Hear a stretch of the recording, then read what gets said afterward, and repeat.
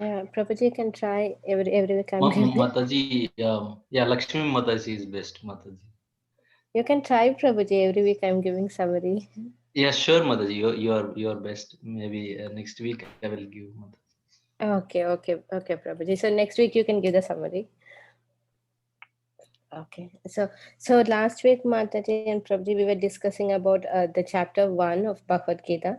So Dhritarashtra was talking and he was asking his minister, his associate, Sanjaya. Sanjaya has got the divine eyes from his guru Vyasadeva. So he was asking, what did my sons and Pandavas do in the battlefield? Because they went to the battlefield to engage in a war. So what is taking place there? That was how he started the question.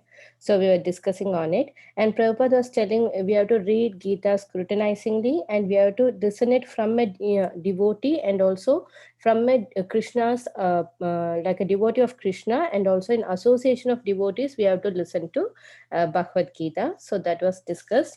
And Bhagavad Gita gives the essence of everything. Why it is, Prabhupada was telling it is a perfect thesis science because it was spoken by the Lord Krishna himself. So how much Bhagavad Gita was important, and we have to listen it from a disciplic succession. Then in the first sloga, we discussed about Dharmakshetra. Why is Kurukshetra called as Dharmakshetra? So Mataji was giving us three reasons. The first one was the ancestor of Pandavas and Kauravas was called Kuru, and he performed a tapasya in that place. And because of this tapasya, he asked for, requested for a boon that any body or any the soul which leaves the body in this particular place should be liberated. And that is one reason it is called Dharmakshetra. And the second reason was great sages, they do many ritualistic ceremonies in this particular place.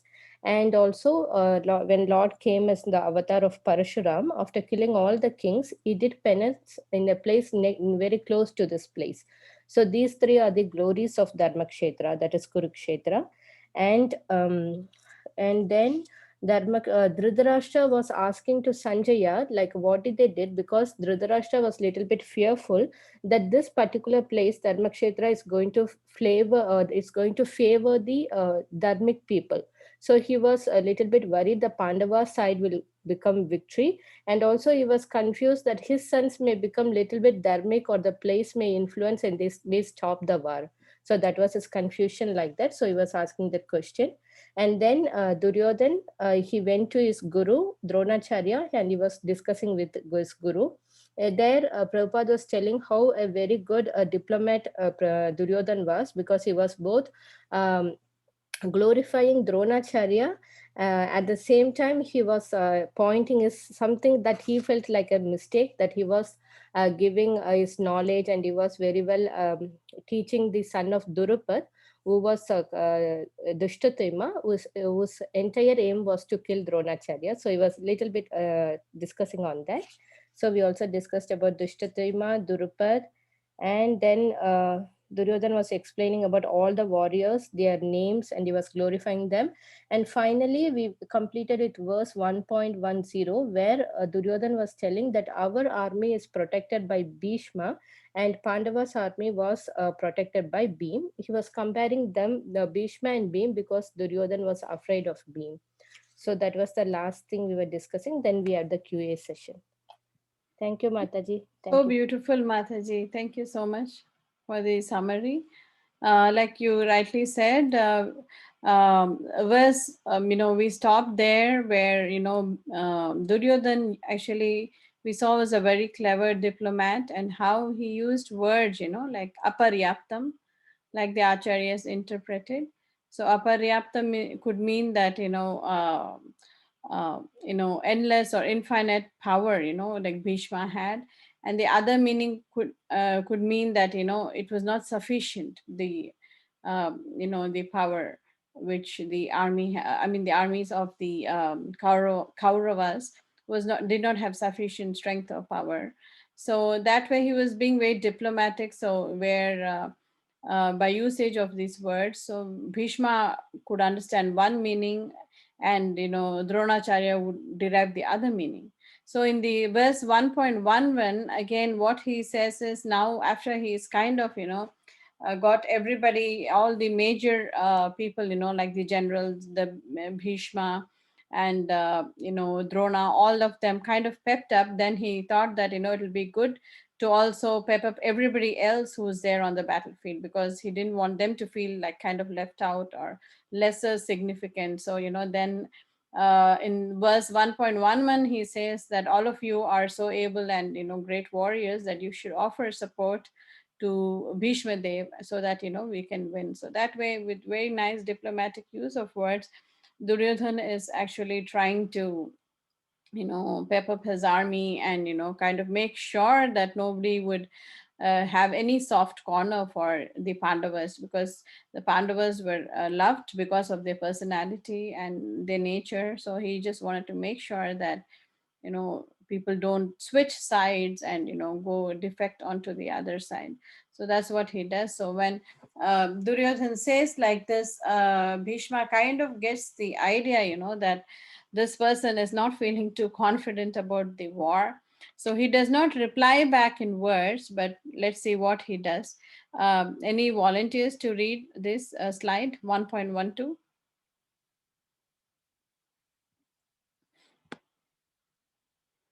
Or I can read.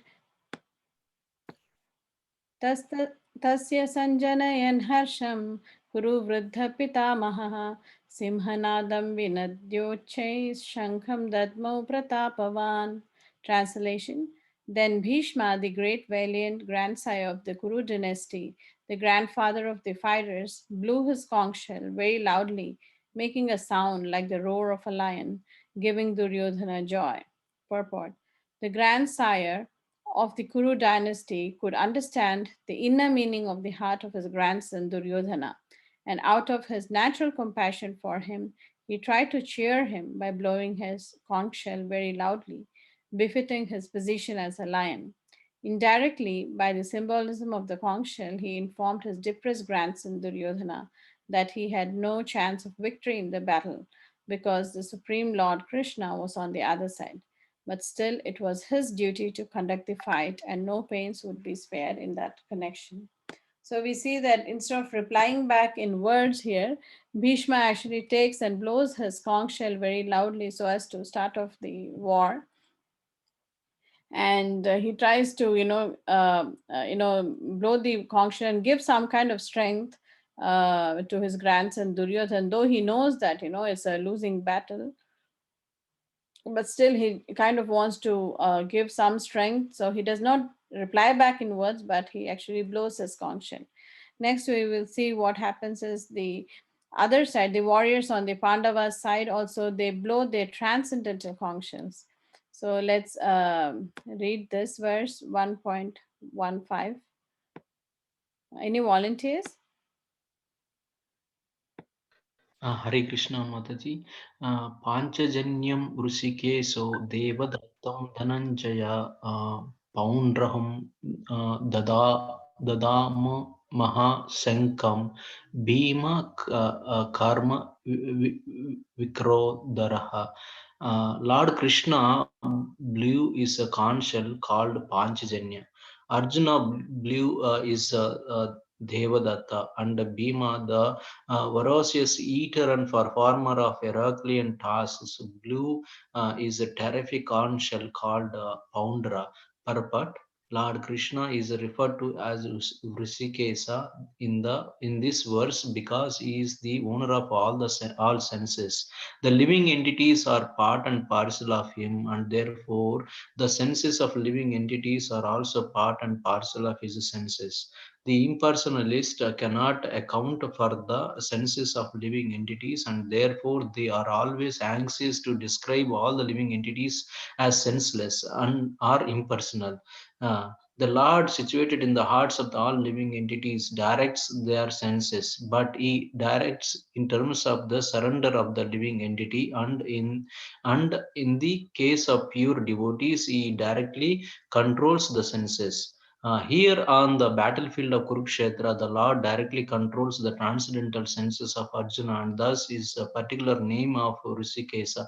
The Lord has different names according to his different activities. Hare Krishna. Thank you, Prabhuji. Yeah, that's such a beautiful purport by Srila Prabhupada here.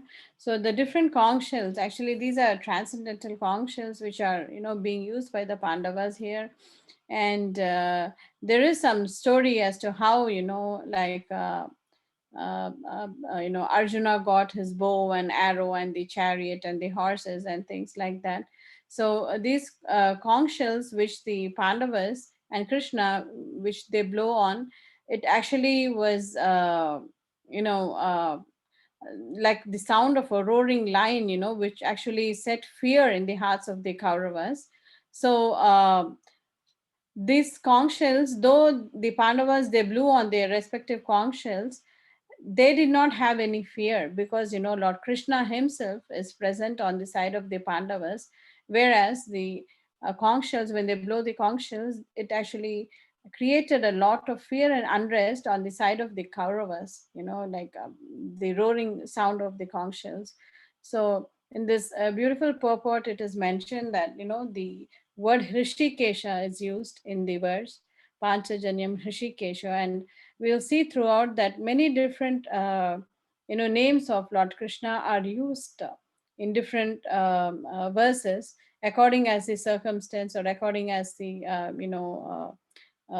mood being said there. So here Hrishikesha is used, and Prabhupada so beautifully explains in the purport that since Krishna was on the side of the Pandavas, so Krishna knew everything what was actually happening in Arjuna's heart and mind. He knew his heart and mind because he sits as a super soul in every living entity.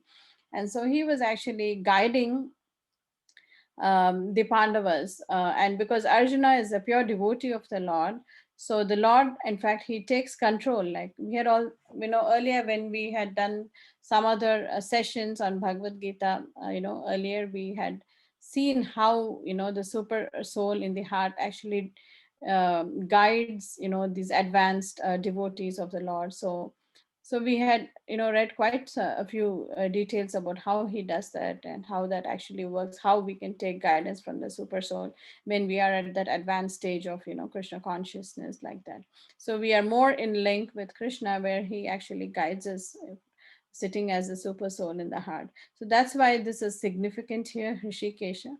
And um, and so that's that's what Srila Prabhupada is explaining here, that Krishna was actually directly controlling the senses of his pure devotee Arjuna. So that's why this name is being used here. We'll move on to the next verse. Yeah, I just wanted to bring this verse into the picture. So this is an important verse. I think this is from the Narada Bhakti Sutra, and it's also quoted in the Chaitanya Charitamrita Madhya, and this gives the actual kind of definition of bhakti. What is, how do you define bhakti? So this is the verse which goes as Sarvopadi Vinirmuktam Tat Paratvena Nirmalam Hrishikena Hrishikesha Sevanam Bhakti Ruchyate. So Sarva Upadi Vinirmuktam, free from all kinds of material designations or free from all desires, except the desire to render service to the Supreme Personality of Godhead. So when somebody is on that pure stage, where they don't have any desires for wealth, money, fame, education, power, and things like that, when they're at the pure stage where their only desire is to actually serve the Supreme Personality of Godhead. Let's see further. Tat Paratvena, by the sole purpose of serving the Supreme Personality of Godhead. Nirmalam, uncontaminated by the effects of speculative philosophical research or fruitive activity. So it is jnana karma, anavritam, like we have read in some other verses, key verses also. So when there is no tinge of jnana or karma involved, it's on the platform of pure bhakti. So Hrishikena, by purified senses, free from all designations. Hrishika Isha. So Hrishika means senses, Isha means master, of the master of senses, that is Lord Krishna. Sevanam, the service to satisfy the senses. Bhaktir Uchyate. Bhakti or devotion. Oops, what happened? Bhakti or devotional service means engaging all our senses in the service of the Lord, the Supreme Personality of Godhead, the Master of all senses. When the spirit soul renders service unto the Supreme, there are two side effects. One is free from all material designations, and one's senses are purified simply by being employed in the service of the Lord. So, Hrishikena Hrishikesha Sevanam. So, we have to use our senses, and please, Hrishikesha Sevanam. Hrishikesha's Lord Krishna is another name for Lord Krishna.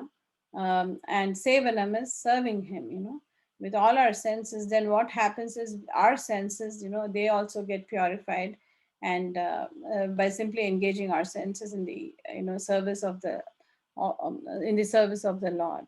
So this is what this is another important key verse which generally devotees memorize to define bhakti. So because I saw Hrishikesha, I thought I will just bring it into the picture. Let's move on. Yeah, this is the purport. For example, does anybody want to read, or I can read, whoever wants to read? Are there any volunteers?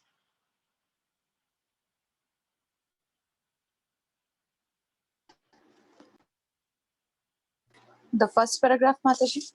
Yeah, you can read this slide, Mataji, if it's okay. For example, his name is Madhusudana because he killed the demon of the name Madhu. His name is Govinda because he gives pleasure to the cows and to the senses. His name is Vasudev because he appeared as the son of Vasudev. His name is Devaki Nandana because he accepted Devaki as his mother. His name is Yashodanandan because he awarded his childhood pastimes to Yashoda at Vrindavan. His name is Parthasarathy because he worked as a charioteer of his friends Arjuna.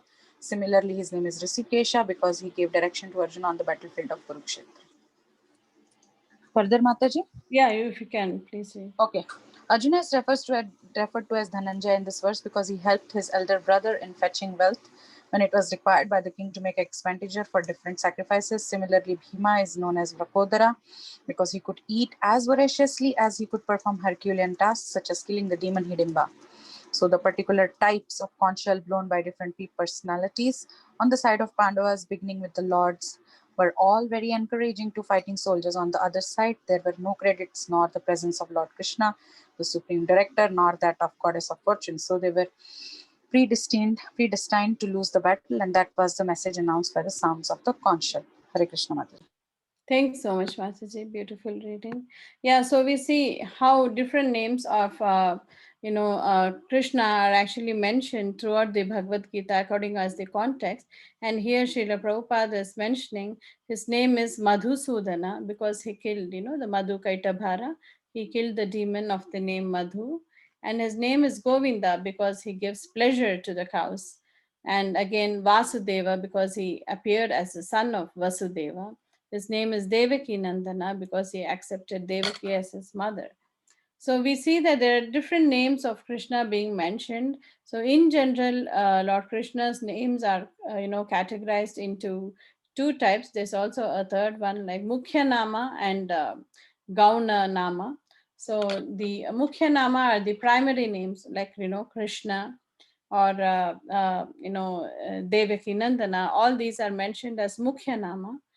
Whereas any names which are like associated with some pastimes like that, they are called the Gauna Nama or the secondary names, like Janardhana. He is the protector of the general masses or the people like that. So different names. And there's also the Madhurya Nama, which is also described, which is basically his Hare, Krishna and Rama. These three names are actually categorized as Madhurya Nama, the topmost, names of Lord Krishna. Like Jagannatha is a Gauna Nama because, he's the Lord of the universe like that. So different categories of names of Krishna are there. When we go deeper, when we study the scriptures, we'll see different categories like that. So here we see Hrishikesha because he is the master of the senses. So that's like a Gauna Nama. So these different categories are there. And then also there is specific reference to why the other personalities are also referred by different names. Arjuna was called Dhananjaya And Prabhupada mentions that he helped his elder brother in fetching wealth when it was required by the king to make expenditure. So when, they had Hastinapura, when they built that, so Arjuna used to go out and, when Yudhishthira used to make the sacrifices, he used to go out and actually do the collection and things like that, take care of the expenditures. And he was responsible for organizing this effort. So he is called Dhananjaya because of that, because he could fetch wealth, which was needed for organizing these sacrifices. Bhima is known as Vrikodara because he could eat as voraciously. So he was, he had a big, big, big appetite. And so when Kunti Devi used to cook, so half the food was actually eaten by Bhima, and the other half, all the rest of them used to share. So he had a very, very big appetite, and also he could perform very huge tasks, and that's why Duryodhan knew that he was extremely powerful, and that's why he was actually scared of Bhima. So the particular types of conch shell blown by the different personalities were all encouraging, very encouraging to the fighting soldiers. Oops. Yeah. On the other side, there were no such credits, nor the presence of Lord Krishna, the Supreme Director. So they were predestined to lose the battle. And that was the message announced by the sound of the conch shells. So, when Krishna is there on the side, so what is there to lose, right? Because he's actually guiding the senses of the pure devotees of the Lord. So it was actually a predestined war, like how we will see later on when Arjuna expresses his, qualms that he doesn't want to fight this war. He gives several reasons. And then Krishna actually tells him that, why you even fretting so much? The outcome is already decided, and there is no need for you to feel this bad about the war. People are destined to die, and you don't think that you are the cause for it. You're just an instrument being used. So that's what we'll see later in the verses.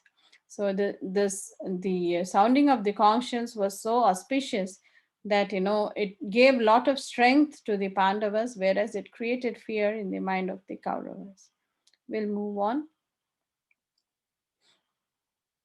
Any volunteers who want to read this verse, this slide?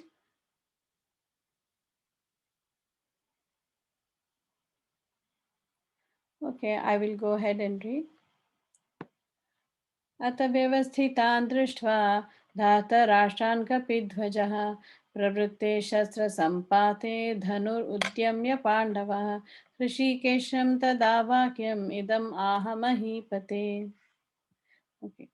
At that time, Arjuna, the son of Pandu, seated in the chariot bearing the flag marked with Hanuman, took up his bow and prepared to shoot his arrows. O king, after looking at the sons of Dhritarashtra drawn in military array, Arjuna then spoke to Lord Krishna these words. So in the next verse, like we were discussing earlier, 1.21 is where Krishna makes the entry into the scene, and in this verse, actually, Arjuna makes the entry 1.21 and 1.20 and 1.21 is where Krishna will come into the scene. Purport. The battle was just about to begin. It is understood from the above statement that the sons of Dhritarashtra were more or less disheartened by the unexpected arrangement of military force by the Pandavas, who were guided by the direct instructions of Lord Krishna on the battlefield. The emblem of Hanuman on the flag of Arjuna is another sign of victory because Hanuman cooperated with Lord Rama in the battle between Rama and Ravana, and Lord Rama emerged victorious. So this, emblem which we see, the sign on the flag, the Hanuman, the Kapidhwaja as it is called, it was actually a special gift, and there is a story behind it, wherein, once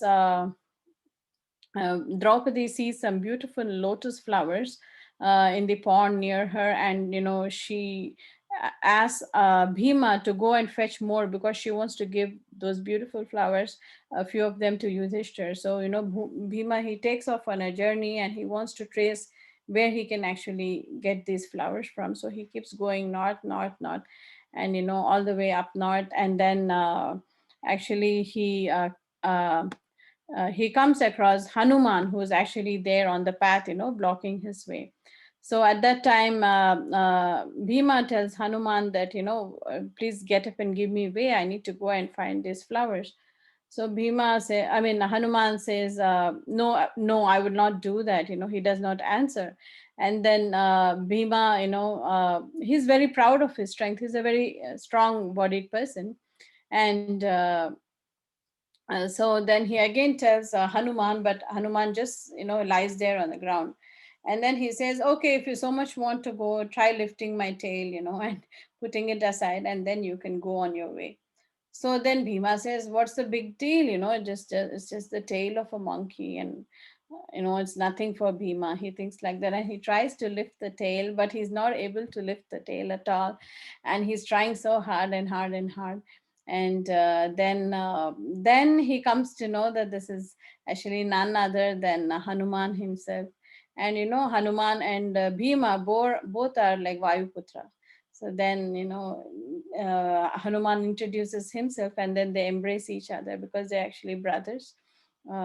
So then at that time Hanuman says that I will be always on this flag, so you can be assured of victory, because wherever Hanuman is there, we will see in the purport. I don't want to speak soon. So Hanuman says that this I'll always be the emblem of on your flag. And that's how they get this Kapidwaja. Actually, that's a short story behind the Kapidwaja. The emblem of Hanuman on the flag of Arjuna is another sign of victory, because Hanuman cooperated with Lord Rama in the battle between Rama and Ravana, and Lord Rama emerged victorious. Now both Rama and Hanuman were present on the chariot of Arjuna to help him. Lord Krishna is Rama himself, and wherever Lord Rama is, his eternal servitor Hanuman and his eternal consort Sita, the goddess of fortune, are present. Therefore, Arjuna had no cause to fear any enemies whatsoever. And above all, the Lord of the senses, Lord Krishna, was personally present to give him direction. Thus, all good counsel was available to Arjuna in the matter of executing the battle in such auspicious conditions arranged by the Lord. For his external devotee lay the signs of assured victory. So, how many kinds of auspicious symptoms have we observed so far? Any volunteers? We can take turns to list, one each of us, and see how many we can come up with, we have gone through so far. So, all of us can perhaps list one. Lakshmi Mataji, you want to try? Yes, Venkat Prabhu? Mataji, the flag, Hanuman emblem in the flag, that is one. Thanks, Mataji. Prabhuji, you would like to give one?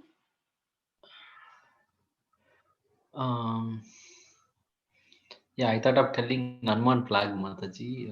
Very And nice. yeah, so and Lord Krishna is there in the Pandavas, Mataji. Yeah, very nice. The most important reason, Lord Krishna is on their Yes, yes, side. yes. Very nice, Prabhu. Yeah. Anybody else? You want to give reasons? What were the auspicious signs on the side of Pandavas?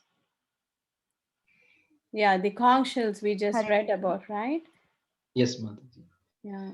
Radhika Mataji, you have a... I was just thinking wherever Krishna is, goddess of fortune is also there. And since Lakshmi is there, she's the sign of goodness. And I mean, she's auspicious and she never lives without her husband. And that's all fortune is guaranteed for the Pandavas. And the venue as such is Kurukshetra. Kurukshetra is a holy place. And we have conch shell of Vishnu, as you mentioned, and Bhima and the Pandavas conch shells, which were all divya, that is transcendental. So nice, Mataji. Yeah. So many reasons we saw. Like, firstly, Lord Krishna is on their side. Secondly, the Hanuman symbol on the Kapidwaja is there. And like Radhika Mataji, she gave like at least 3 reasons, like Madhavi, like the goddess of fortune is always there, wherever Lord Krishna is present. So she's a fortune, she's a goddess of fortune. So naturally victory would be on their side. And then it is being fought in a holy place like Dharmakshetra. It is fought in Kurukshetra. So already Dharma wins in such a place. And then the conch shells, they are divya or transcendental. So many reasons we have seen, right? So far, what are the auspicious signs available on the side of the Mataji, Pandavas? So victory was actually on their side. So many auspicious signs were there. Thank you all Matajis and Mataji, Prabhujis for your inputs. chariot, Mataji, sometimes they used to say that it was given by Agni Dev. It wherever direction it goes, it's a victory. So can we include chariot also, Mataji? Correct me. Yes, the chariot, the white horses were actually given by Chitraratha. And this chariot, like you rightly said, it could go in any direction, and it actually brought victory. And also this, the quiver and the bow, which Arjuna used, were also gifted to him uh, by Indra or Agni. I don't know the exact name, because some places they say Agni gave all these things, but some places I read, Indra, his father, gave. So there are some kind of references there, which I'm not sure which personality gave what. But yeah, all these were also, precious gifts which Arjuna had, and that could, mean victory for the side of the Pandavas. Thanks, Mataji, for that input. Yeah. Yeah, we'll move on to the next verse. This is where Lord Krishna, he actually makes his entry, the first time Krishna is, so will any volunteers to read this verse? This is also a very famous verse. Okay, if then, I can read Mataji. if yeah, not, yeah, please. sure, go ahead, Mataji. Text 1.21 Arjuna Uvacha Senayor Ubayor Madhye Radam Stapidami Achyuda Yavaditan Niriksheham Yodakamam Avastitan Kairmaya Saha Yodavyam Ashim Rana Samudyami. Translation Arjuna said, O infallible one, please draw my chariot between the two armies so that I may see those present there who desire to fight and with whom I must contend in this great trial of arms. Purport. Although Lord Krishna is the Supreme Personality of Godhead, out of his causeless mercy, he was engaged in the service of his friend. He never fails in his affection for his devotees, and thus he is addressed here as infallible. As charioteer, he had to carry out the orders of Arjuna, and since he did not hesitate to do so, he is addressed as infallible. Although he had accepted the position of a charioteer for his devotee, his supreme position was not challenged. In all circumstances, he is the supreme personality of Godhead Rishikesha, the Lord of the total senses. The relationship between the Lord and his servitor is very sweet and transcendental. The servitor is always ready to render service to the Lord. And similarly, the Lord is always seeking an opportunity to render some service to the devotee. He takes greater pleasure in his pure devotees, assuming the advantageous position of ordering him than he does in being the giver of the orders. Since he is master, everyone is under his orders, and no one is above him to order him. But when he finds that a pure devotee is ordering him, he obtains transcendental pleasure, although he is the infallible master in all circumstances. As a pure devotee of the Lord, Arjun had no desire to fight with his cousins and brothers, but he was forced to come onto the battlefield by the obstinacy of Duryodhana, who was never agreeable to any peaceful negotiation. Therefore, he was very anxious to see who the leading person present on the battlefield were. Although there was no question of peacemaking endeavor on the battlefield, he wanted to see them again and to see how much they were bent upon demanding an unwanted war. Thank you, Mataji. Hare Thank you, Mataji, for the beautiful reading. So this is such a sweet, purport wherein the Bhakta Vatsala nature of the Lord is actually being brought out, by Srila Prabhupada. Though the verse just says that, where Arjuna is talking to Krishna, this is the first instance where Krishna is, a name is evoked, and the name which is being used here is, O infallible one, Achyuta. Achyuta means infallible, that he can never go wrong, or he's never subject to any kind of, wrongdoing or anything like that, So infallible one, please draw my chariot between the two armies so that I may. So this is the first scene where Krishna makes his entry in the Bhagavad Gita, and Arjuna is actually giving him an order. So we see what a humble position the Lord takes to serve his devotees. And so beautifully, Srila Prabhupada actually describes, how Krishna loves to take this position of serving his, devotee. He actually relishes this more than being the Lord himself. Like, there is this beautiful verse in the Bhagavatam, Aham Bhakta Paradhino, he asvatantra iva dvija. Yeah, I'm sorry, I didn't memorize the second word, second line. Sadhubir grasta hridayo bhakter bhakta janapriya. So bhakter bhakta janapriya. So Krishna is bhakta janapriya. So he gives himself, his asvatantra. Asvatantra means he loses his independence.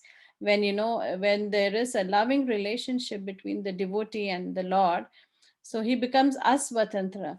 Actually, in the first verse of the Bhagavatam, he's described as swarat, independent, like there is nobody before him or after him. He's like the original Supreme Personality of Godhead, and he's described as swarat.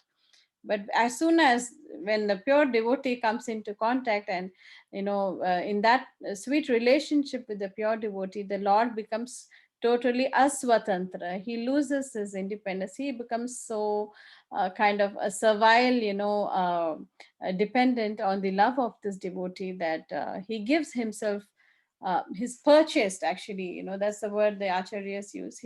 Lord Krishna is so easily purchased by the love of his devotees. So we cannot try and, we can try and make a lot of opulent offerings for the Lord and try to do so many things, but if our heart is not there and we're just doing it out of duty or whatever reason, it may not please the Lord that much. But he says, like the famous verse, patram pushpam phalam toyam. So even if you offer with love, uh, even a leaf or a fruit or a flower or water, Krishna is pleased, because he is looking at the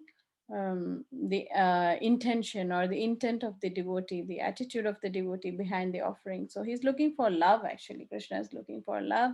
And it doesn't matter how big or how small your offering, but he basically is looking for how much you're giving of yourself to the Lord. So we see here how humble position. Actually, there's this incident in Chaitanya Charitamrita. Yeah, like I don't remember the personality's name, but when Sri Chaitanya Mahaprabhu visits the South India, he goes on South India Yatra. So there is this Brahmin boy who actually cannot read, scriptures, but he is very eager to read the Bhagavad Gita.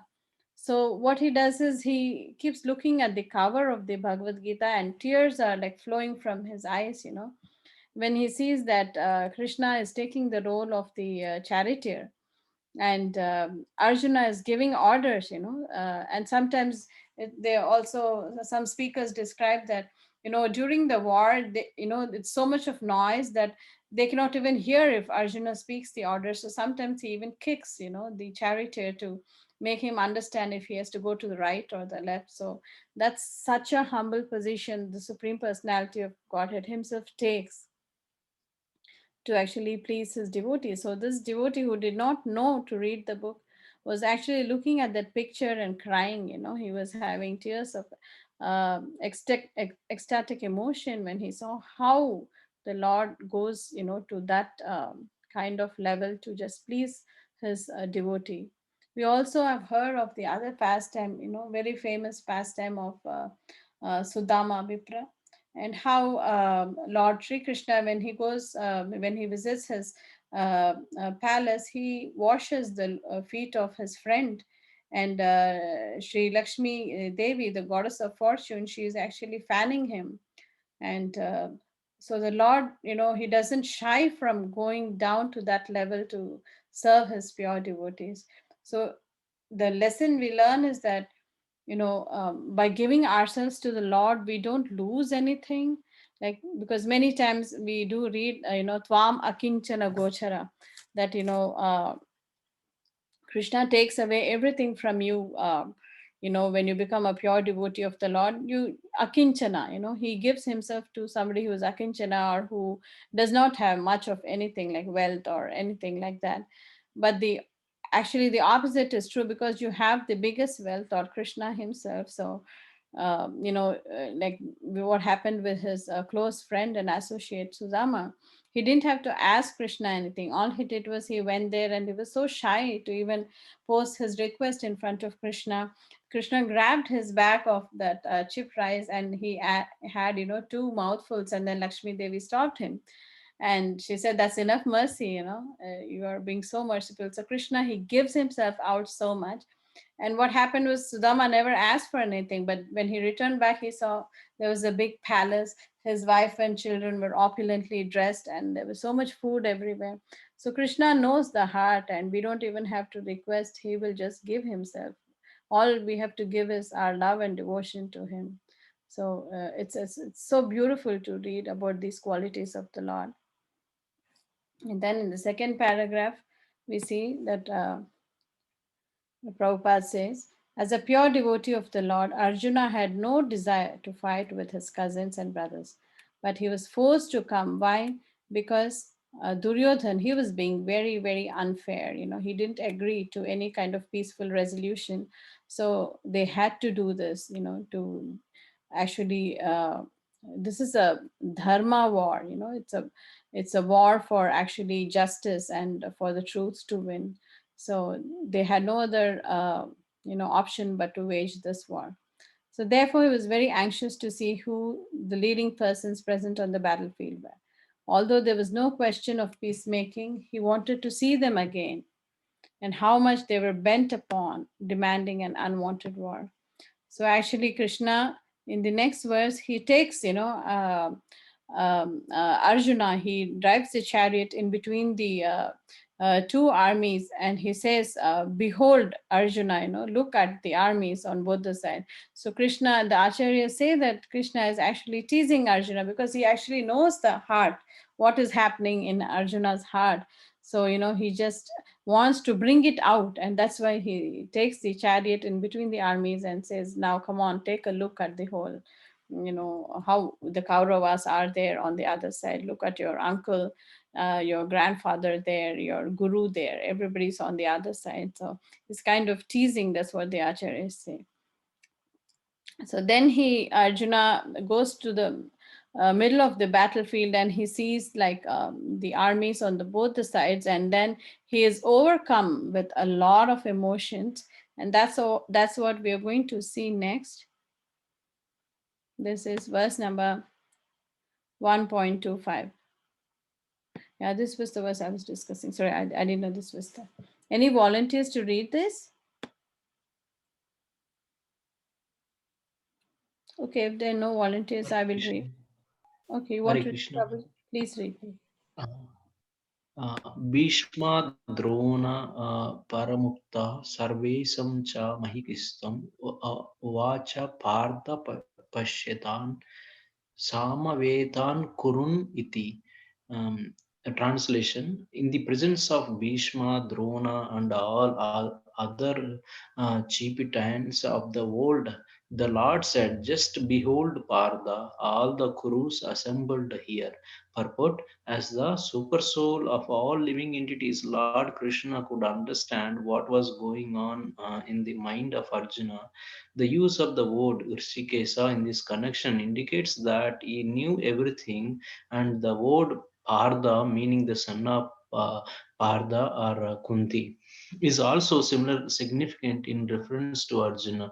As a friend, he wanted to inform Arjuna that because Arjuna was the son of Partha, the sister of his own father Vasudeva, he had agreed to be the charioteer of Arjuna. Now, what did Krishna mean when he told Arjuna to behold the Kurus? Did Arjuna want to stop there and not fight? Krishna never expected such things from the son of his aunt Pruta. The mind of Arjuna was thus predicted by the Lord in friendly joking. Hare Krishna. Thank you, Prabhuji. Yeah, so we see, like, again, Srila Prabhupada, he says that Lord Krishna knew the heart of Arjuna, so he was actually joking with him, and he says, just behold, look at all these Kurus assembled there. So he wanted to invoke those emotions from Arjuna, and that's why he takes them there and says these words, just behold, Partha, all the Kurus are assembled here. And also Partha, he uses this word Partha. Partha, when the A sound is used to the Pritha, Pritha is his mom. So Kunti Maharani, she was actually Pritha's child, and then she was adopted by Kunti Bhoja, and that's when she got the name Kunti. So this is also significant in reference to Arjuna, because he wanted to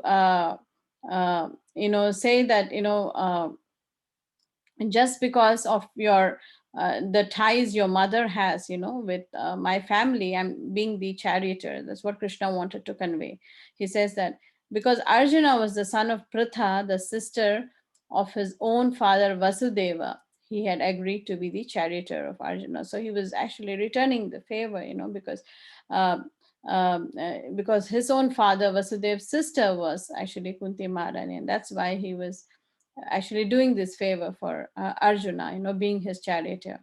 So that's what we come to know. The different names which are being used according as the context, like sometimes Arjuna is used, Dhananjaya is used, Partha is used. So these different, and we'll see later, Gudakesha would be used. Another name for Arjuna is used. So different contexts, these different names are used just to, emphasize more on the mood or the situation there, and the particular to bring out that particular opulence or the feature of that personality. That's why these names are being used in different verses like that. Now I will move on to the next verse. Yeah.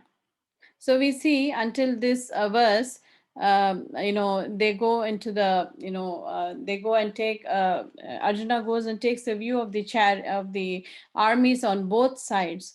And then what happens is he is overcome by all these emotions. And this is what happens in these verses from text 27 through text 35. So which we will read now. Any volunteers to read this? Okay, I will go ahead and read. There are no volunteers. Um, text 27. When the son of Kunti, Arjuna, saw all these different grades of friends and relatives, he became overwhelmed with compassion and spoke thus. So the first symptom was he became overwhelmed with compassion. And these verses from 28 through 30 actually describe the symptoms of he underwent to when he became overly compassionate. These are the symptoms which were exhibited by Arjuna. Arjuna said, my dear Krishna, seeing my friends and relatives present before me in such a fighting spirit, I feel the limbs of my body quivering and my mouth drying up. So these are like very, very classic symptoms of anxiety. We also sometimes, when we are, very anxious, we feel, like our thighs are kind of shaky, our legs, we are not able to stand, and, the mouth dries up, especially when you go on stage and you want to speak something. We experience these kind of symptoms, right? So Arjuna also, when he sees that he has to actually fight this war with his own kith and kin, he is overcome by all these emotions, and he feels all these things, all these symptoms. And then next symptom is described: my whole body is trembling, my hair is standing on end, and my bow Gandiva is slipping from my hand, and my skin is burning. So these are all classic symptoms of anxiety. I'm now unable to stand here any longer. I'm forgetting myself, and my mind is reeling. I see only causes of misfortune, O Krishna, killer of the Keshi demon. So here we see that another name of Krishna is being invoked here, killer of the Keshi demon.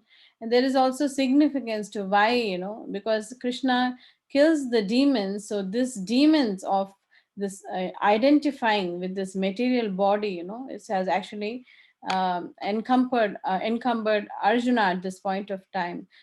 So that's why, O Krishna, killer of the Keshi demon is written. So he's addressing to Krishna to get some kind of relief from these kind of material afflictions, these different symptoms he is having.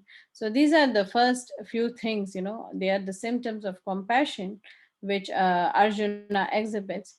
Next, we will see as to what he has to say about the different causes or the different outcomes of this war. So he will give so many different kind of reasons as to why he does not want to fight. First, he describes the symptoms of anxiety or fear, which he is experiencing, and he wants relief from that.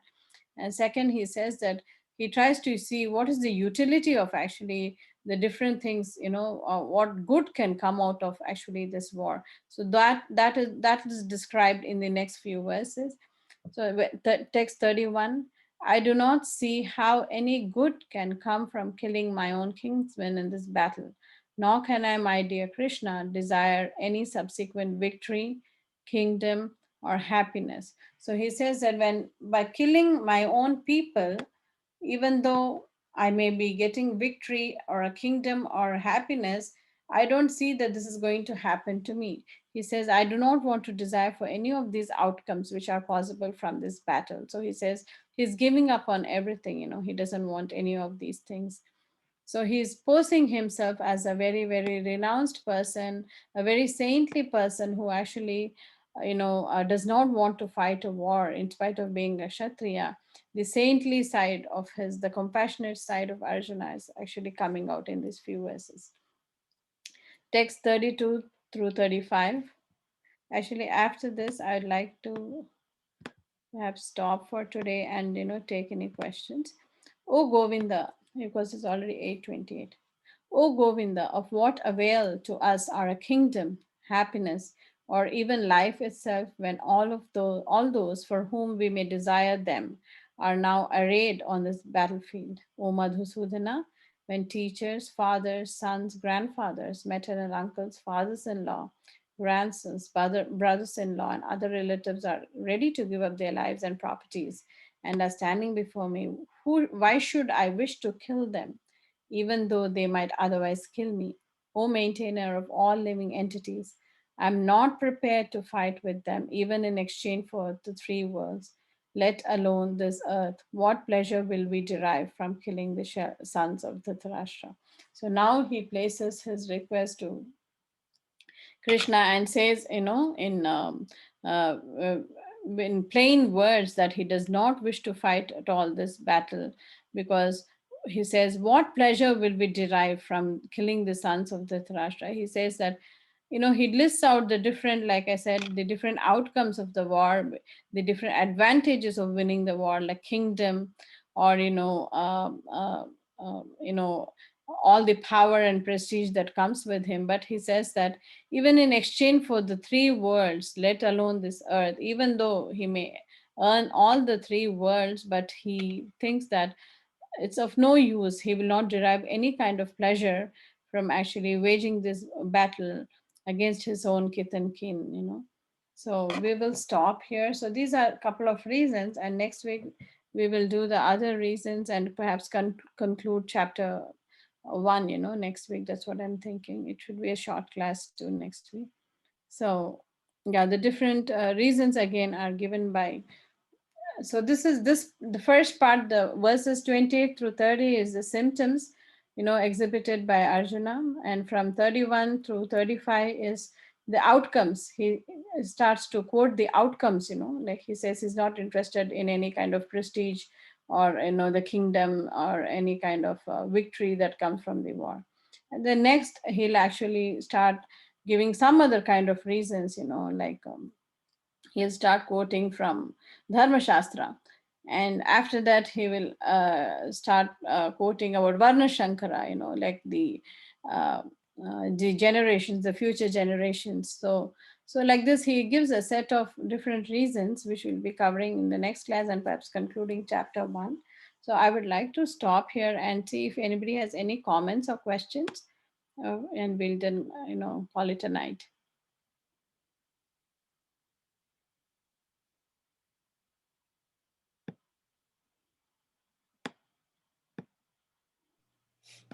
It's Mataji. April Mataji, you Yeah. always come up with the best summaries and questions. How do you do that, Mataji, always? It's because of your classes, Mataji. What do I know? I know nothing, Mataji. After listening to Laltangi Mataji classes and attending Bhagavad Gita classes, that's what I speak out. It's Prabhupada's glory and mercy. All glories to Laltangi Mataji. Yes, she, after attending Bhagavad Gita classes only, I come up with these questions, Mataji. It's all because of Laltangi Mataji. Mataji, all credit goes to you. Mataji. I didn't do anything, and I'm imagining when you start giving classes, which will be very soon. So how it will be so nicely you will explain to so many people that they can understand. This is so nice and amazing class, Mataji. Such a wonderful shloka by shloka and explanation and purport and the reasons for calling Arjuna various different names, the significance of Dhananjaya, Partha. Amazing, Mataji. You really took us to the battlefield. Thank you, Sukasagri Mataji. It's all Prabhupada's mercy, Mataji. I'm just parrot.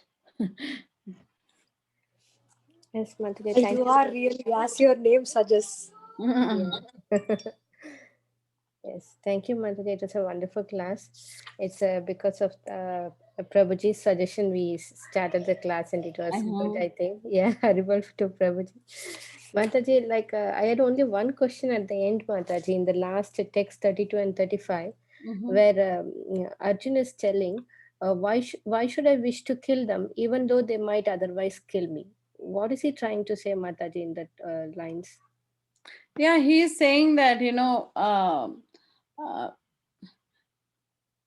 he's saying he doesn't actually want to kill his own brothers, and he thinks that if he doesn't kill them, they're going to kill him anyways, so he's not prepared to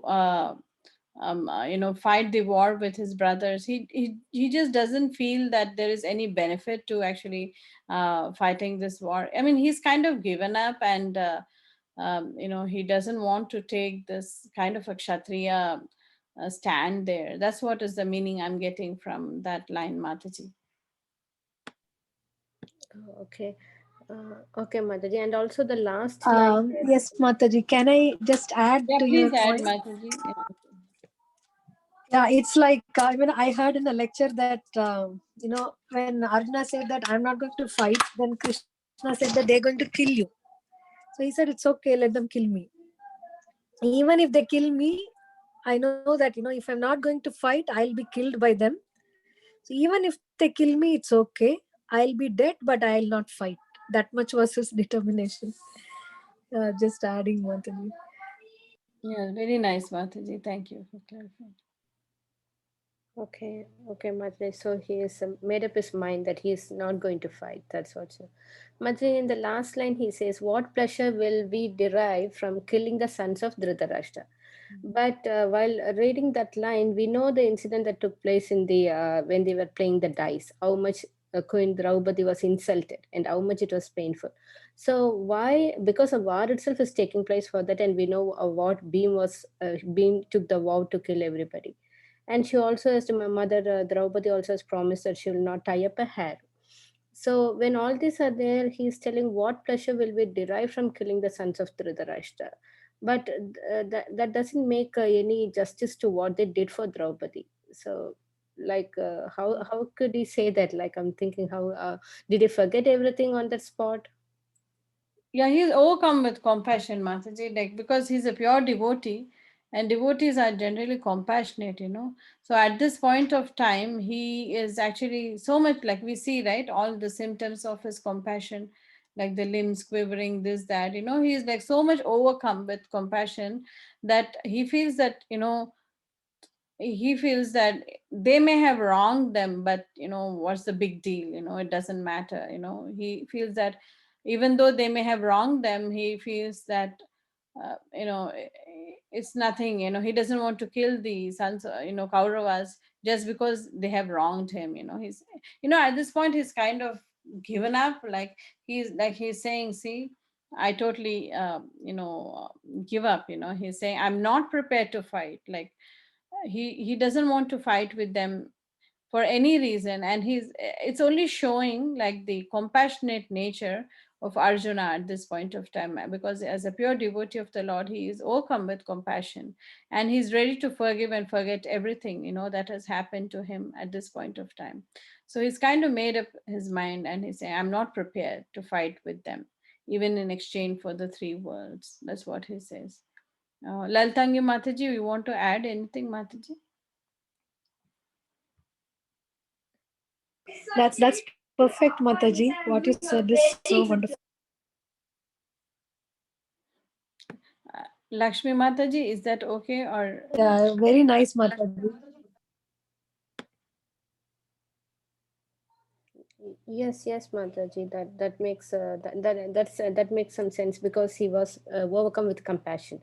So, like a devotees have that mentality, we even forgive if someone has done a very big mistake or offense against us. So that makes it. and it will become clearer to you when we discuss the next, 1.36, the verse in the next class. It will become more clear, Mataji, this question, the answer to this question. Like, because Prabhupada will quote about the Dharma Shastra and Artha Shastra, and the purport will give us more clarity as to, why Arjuna is making such a statement. He's like totally given up at this point of time. So Yes, it will Mataji. become a little bit more clearer, Mataji, in the next verse. Okay. And in previous slide, Mataji, you were mentioning that Krishna knows the heart of Arjun. So that means he knows that Arjun is not ready to fight, that he has given up. Is that what that means?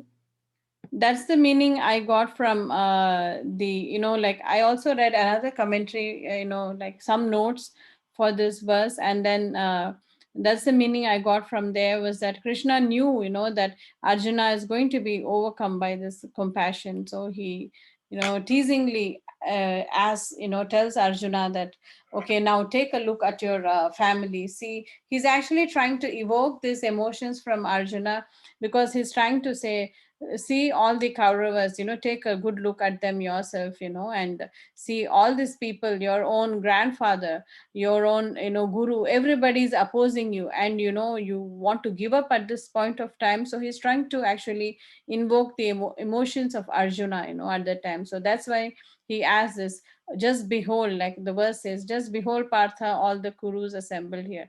He's trying to show him that, see how these people are determined to fight with you. They're not ready to make peace even at this hour. They're, so he's trying to tease him and tell him, are you trying to feel compassionate for these kind of people? So that's what he's trying to do, teasingly. He's trying to joke. That's what it's saying. The mind of Arjuna was thus predicted by the Lord in friendly joking. So he's saying that, looking at these people, are you going to feel compassion for these people? So that's why the Lord is saying in a joking way. That's what the Acharya is saying. Okay, Mataji, that's very nice, because he was mentioning them like not like a Bhishma, Drona, but they were saying like grandfather, father, friends, with the relationship to while they were speaking. So yeah, that makes sense, because they are not ready. They are not seeing in that way. They are even ready to fight. They don't have that compassion that Arjuna is having. So that Krishna is still trying to point out that. Yeah, so he's saying, look at these gurus, are these people your relatives? I mean, are these the people you're trying lamenting for, like that? He's trying to evoke those kind of emotions in Arjuna. So that's why he says, all of them, your own relatives, are ready to fight with you, and what are you thinking about? Like that. Yes. Nice, Mataji. That's all, Mataji. Thank you so much for the wonderful class, Thank you, Mataji. Mataji. Thank you Hare so much, Krishna, Lakshmi Jai Mataji, for taking so Satchidananda. much interest. Yeah. Hare Krishna, Sukasagri Mataji. Thank you so much for the beautiful session. I think, as Lalitangi Mataji said, you covered beautifully the entire Bhagavad Gita, summarized all the verses, brought in Madhya Leela too in between, and Bhagavatam sometimes to quote how here Krishna was Bhakta Vatsala. So this way, I think you're blending Bhagavad Gita with Bhagavatam and Chaitanya Charitamrita, which makes it really, really relishing. And beautiful questions by Lakshmi Mataji. So just can't believe the questions that she asks are really pointed questions, which everybody will tend to miss. But Mataji is so careful and so sincere in attentively listening. So I appreciate her questions as well. Thank you so much, Mataji. Hare Krishna. Yeah, she is the female personification of Parikshit. So sincerely listening and asking questions. Sure, Mataji, I can definitely see that. And all Yes. glories to your services, Radhika Mataji. Mataji, please, I didn't do Or anything. Radhika Please, Mataji Mataji, only makes the slides, and she gives Mataji, me the please. ideas. Sometimes I feel she should be No, doing the no, class, but please, Mataji. out of humility, she doesn't want to, and I'm doing it out of all my unabashed arrogance and Please, pride. Mataji. I'm doing it, but she's the one who makes everything. So Please, Mataji, she's, glories to I think, absolutely, I didn't do anything, and Mataji is just her. exaggerating too much. So, thank you, Mataji. Hare Krishna. We know about both of you, Mataji. What a team you are. Thanks to Mataji. both of you.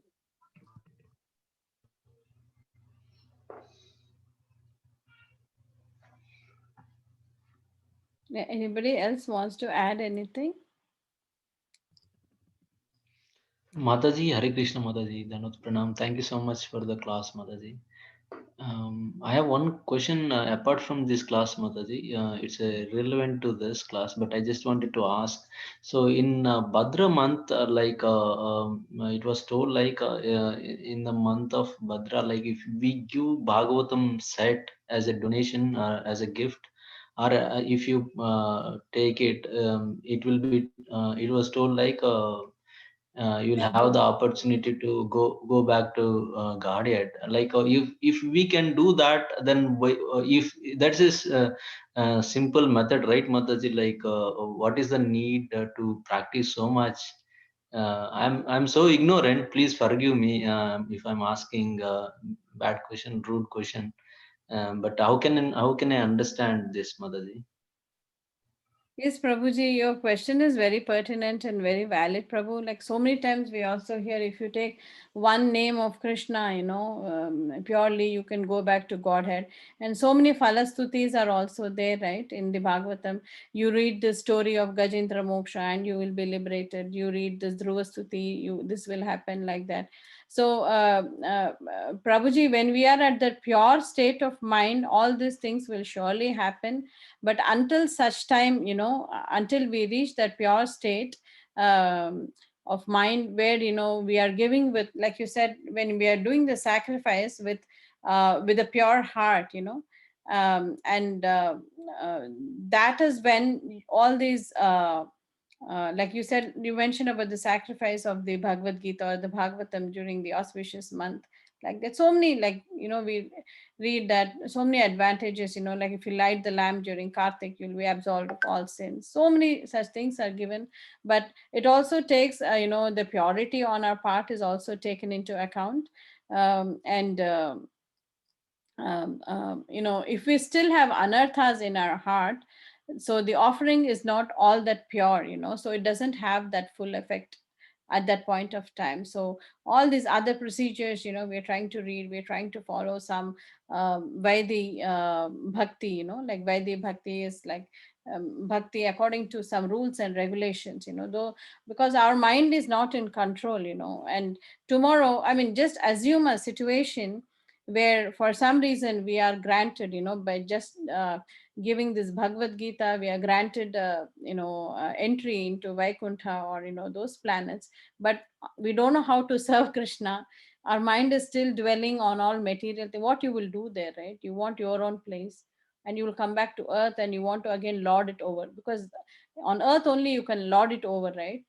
You can lord it over, you can be the master, thinking, assuming apparently you can be the master, apparently you can have your family, apparently you will be the head of the family, apparently you are making decisions, all this can happen here, right? But if we go with all these anarthas to, I mean, first of all, it's not possible, but let's take a hypothetical situation where we go back with such tendencies. We're still not going to serve Krishna, right? We're going to be coming back because we want to serve ourselves.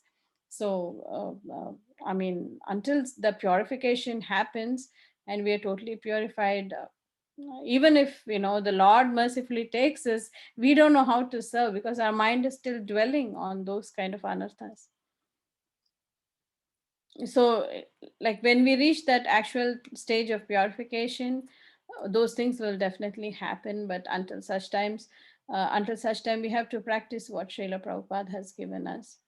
And also, you know, once when this same question was raised a few years back, when, you know, I think I was giving this class on Bhagavatam or CC or some topic, and one Mataji asked the same question, you know, like what happens. And when you're at the pure state of mind, uh, Krishna may give you audience at the local, you know, you may get an audience with the Purusha avatar of Krishna, the local, the Kshirodakshay Vishnu, who is actually the local appearance of the Lord on this planet. So sometimes they say that, you know, when such a thing is written that you will get the audience of Lord Vishnu, you actually get audience of Lord Vishnu at the local level, you know, not actually at the Vaikuntha platform. So that is also another kind of explanation given by the acharyas. But the main thing I understood from what I've heard from you know, different Maharajas and different classes is that unless we have that level of purification, how will the effect take place, right? I mean, we need to be on that platform too.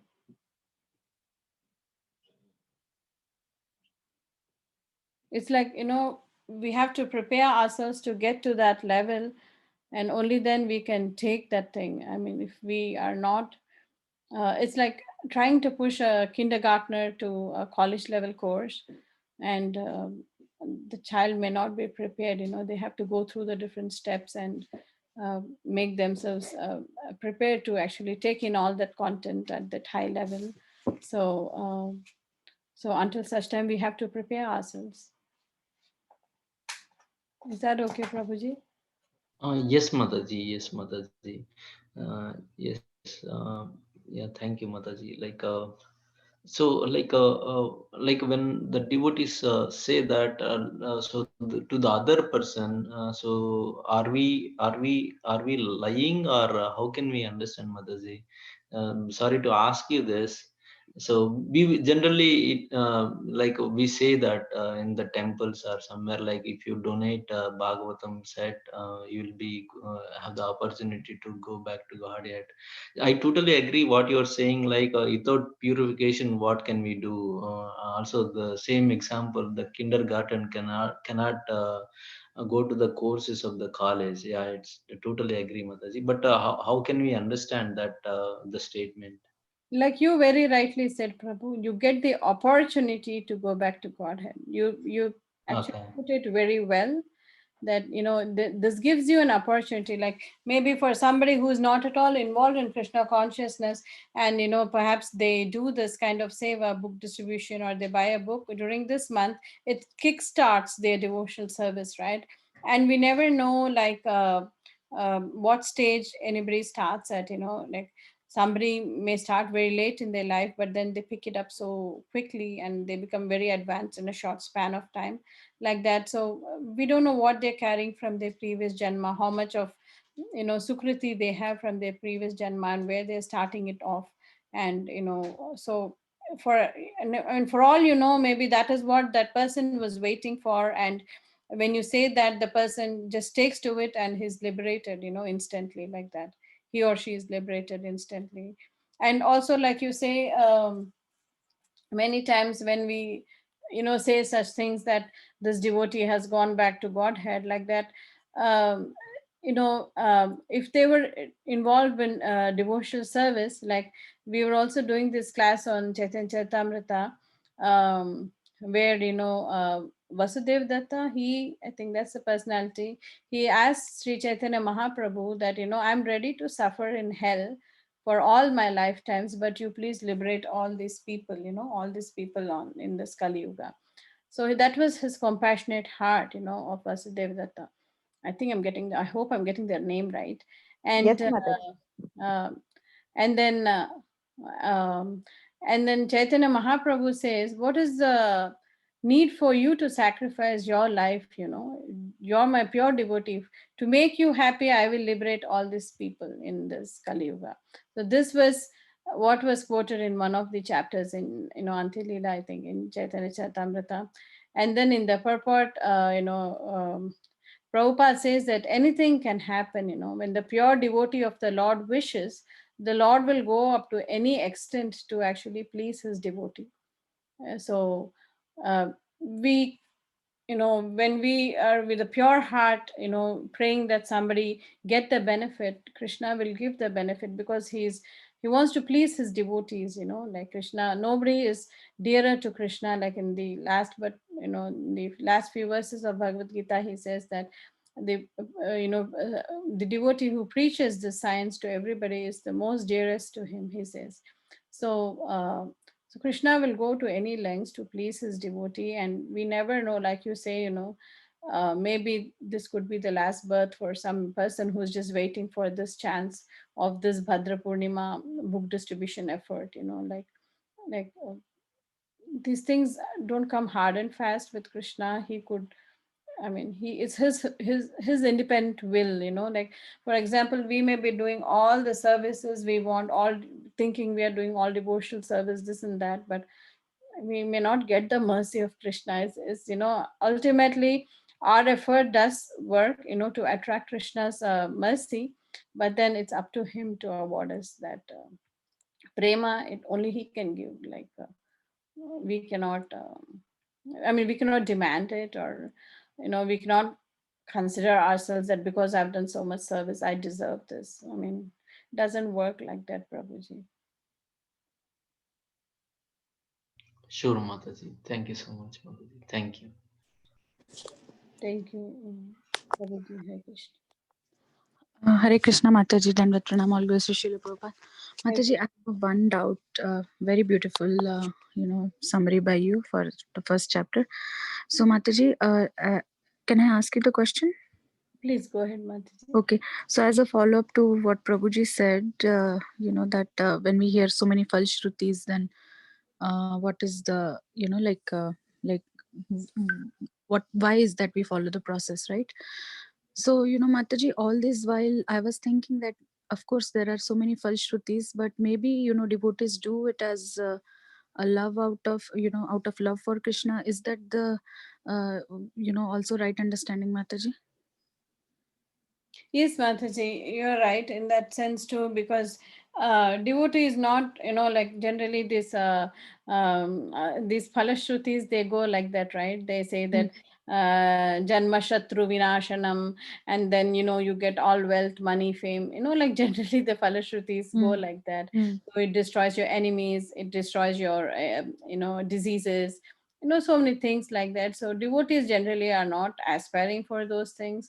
I mean, at that pure state of mind, they only aspire for service of Krishna. Yesterday, I was listening to this class by His Holiness Giriraj Swami Maharaj, and he was saying, like, you know, the different devotees in different modes, you know, like, I mean, people in different modes, or how do they actually aspire, you know, what destination do they aspire for, or what do they aspire for. So he was saying that, you know, people in mode of ignorance, they just aspire for some material benefits, you know, like I want this fame, this blah blah, these things like that. But devotees in mode of passion, they want to be known as the best devotee, you know, like I should be the best cook for Krishna, I should be the best kirtaniya, or I should be the best, you know, speaker or preacher for Krishna, I should be the best book distributor. So when they're in the mode of passion, the devotee actually feels that he should be the best in whatever service he does, like that. And then in the mode of goodness, the devotee actually thinks he should actually go back to Godhead. Like that is his desire, that, you know, I somehow or other do this service and, you know, please Krishna and go back to Godhead. But then Maharaj said, Guru Maharaj said that the higher, even higher to that level, when they're in the transcendental level, the devotee is not asking for any of these. You know, all he says is, "Let me somehow serve you wherever, you know, or wherever, however you want me. Don't leave me. You know, Krishna, don't desert me. Somehow let me hold on to your lotus feet." So that is the transcendental level of the devotee, you know, like the purest Shuddha Sattva mode platform of the devotee. So when they go to that level, like you rightly said, all these things just fade, you know, they don't aspire for this kind of wealth, money, fame, you know, freedom from disease, our enemies, things like that. So Thank you so much, Mataji. thank you. Thank you so much. Haribol.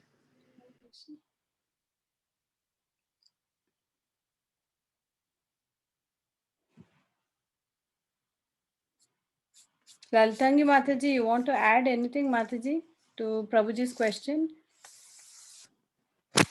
Perfect, Mataji. What you said is like, very right. Like as you said, that when we are doing an effort and to distribute the knowledge, and we become very dear to Krishna, and then Krishna can make our purification and going back to Godhead quicker.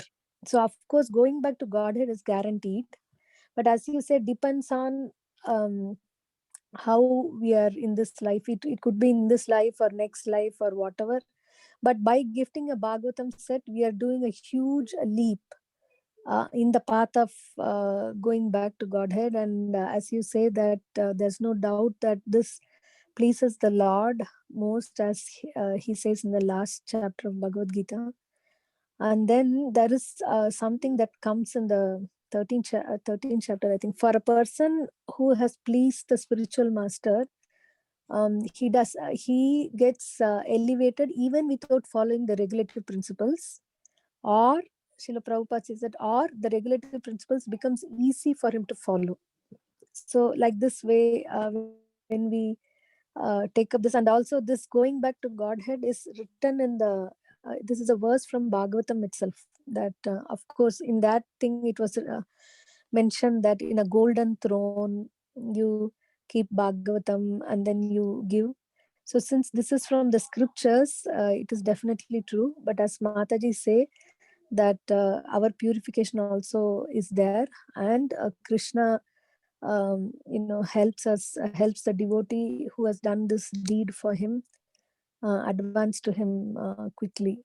Yeah, I'm just summarizing whatever you said, Mataji. Mataji, it's nice to hear from your words too, Mataji. It helps to understand better. So you're putting it so nicely, Mataji. So yeah, very nice, Mataji. Yeah, I mean, wish it were true that, like you could just do something and go back to Godhead. But I was just thinking, even if we do, if we are not pure, what we will do there, right? Again, our selfish tendencies will come to the fore and we will want to enjoy and things like that. So even if Krishna takes mercy and takes us back, I don't think we will last there, right? I mean, Right. of our Yeah. anarthas, we just won't survive. Yeah. Yeah, thank you so much, Mataji. So much preparation, and then so many hours of giving your time and effort for all of us to understand. So if there is no more questions. Mataji, just one thing. I was wondering what time do devotees prefer, because I understand people are working and sometimes they get late. So so is 7:30 a good time to start the class, Prabhuji's and Mataji's? Or 7:30 CST. yeah. Because Yeah, generally we're seeing that people are logging in around that time. So I was just wondering, I understand, people have work and so many other things. So whatever time is convenient, we can. Today, actually, so when we joined, at least by 7:35, only three of us were there, only Lakshmi Mataji, Vinita and I. We were almost thinking that we'll cancel the class today, then people started joining. So basically it's 7:15. It's supposed to be 7:15 CST, Mataji. As soon as the that Govinda class is over, which is 8:15 EST, somehow I think. Yeah, that's why I was wondering, people may be delayed due to so many reasons. I understand work is there, so many other things are there, dinner time and things like that. So that's why I was wondering if 7:30 is a good time, we can meet at 7:30 and wrap it up by 8:30 like that too. Yeah, that's also good, Mataji. That's good if everyone is okay with that. Yeah, sure, Mataji. Maybe we can give a try couple of weeks from 7:30 and then see, Mataji. Sure. Just a thought, Mataji. Yeah, it's 7:30 CST, Prabhuji. So it's Yes. 8:30. Yes, Mataji. 8:30 EST, Mataji. 8:30 Yes, Mataji. EST, like just, now it is 7:15 CST, just Yes, pushing it a Mataji. little by Yeah. 15 minutes. That's all I'm saying. Right. Because Yes, Mataji. sometimes the kids class also is ending around 7:20, like that, 7:17, 7:20. So that's why I was thinking we'll just give a short break, and the transition may be smoother. Yeah. Yes, Mataji. Sure, Mataji. Yeah, thank you so much, Mataji, for your wonderful, you, wonderful class. Such a nectarian. Mataji, next week, are you going to be doing? Uh, Oh, we'll take it offline, Mataji. yeah, we can discuss, Mataji. Yeah, thank you all very much, devotees, and thanks to Mataji. Vansha kalpatarubhyascha, kripa sindhubhya cha, patitanam pavanebhyo vaishnavebhyo namo namaha. अनंतकोटि वैष्णव वृंद की जय, शिला प्रभुपाद की जय, सुख सागरी माता जी की जय. Thank you, माता जी. My Thank you, humble Mataji. obeisances Hare to all the Krishna. devotees. Because of you, actually, it's a purification for me. So I really want to thank you all from the bottom of my heart. Thank you so much. Thank you so much. Mataji. Hare Krishna. Thank you. Hare Krishna, Mataji. Hare Krishna. Thank you so much.